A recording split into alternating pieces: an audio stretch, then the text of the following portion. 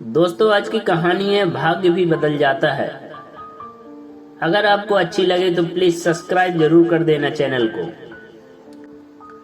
एक जंगल के दोनों ओर अलग अलग राजाओं का राज्य था। उसी जंगल में एक महात्मा रहते थे। दोनों राजा उन्हें अपना गुरु मानते थे।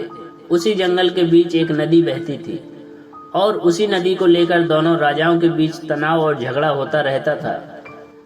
एक दिन बात बिगड़ते बिगड़ते यहाँ तक पहुंची कि कोई राजा सुलह करने के लिए राजी नहीं थे, इसलिए युद्ध होना तय था। दोनों राजा महात्मा से आशीर्वाद लेना चाहते थे। जब पहला राजा महात्मा के पास पहुंचा तो महात्मा ने उससे कहा कि तुम्हारे भाग्य में जीत नहीं लगती, आगे ईश्वर की मर्जी। यह सुनकर पहले तो राजा थोड़ा चुप हुआ, लेकिन फिर उसने सोचा कि अगर हारना ही है तो पूरी ताकत से लड़ेंगे, मगर हार नहीं मानेंगे। अगर हार भी गए तो हार को दूसरे लोगों के लिए उदाहरण बना देंगे। दूसरा राजा भी आशीर्वाद लेने महात्मा के पास गया। महात्मा ने कहा, भाग्य तो तेरे पक्ष में लगता है। राजा तो ये सुनकर खुशी से भर गया। जब वापस लौटा तो निश्चिंत होगा कि जैसे उसने युद्ध जीत ही लिया हो। धीरे धीरे रात और दिन बीते और फिर युद्ध का दिन आ गया। दोनों राजाओं की सेना युद्ध के मैदान में जमा हो गई और लड़ना शुरू कर दिया।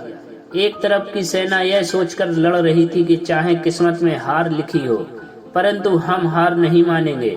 वहीं दूसरी तरफ की सेना ये सोचकर लड़ रही थी कि जीतना तो हमें ही है, तो फिर डरना कैसा। लड़ते लड़ते राजा के घोड़े के पैर की नाल निकल गई और घोड़ा लड़खड़ाने लगा, लेकिन राजा ने ध्यान नहीं दिया और यह सोचा कि जब जीत किस्मत में ही है तो किस बात की चिंता।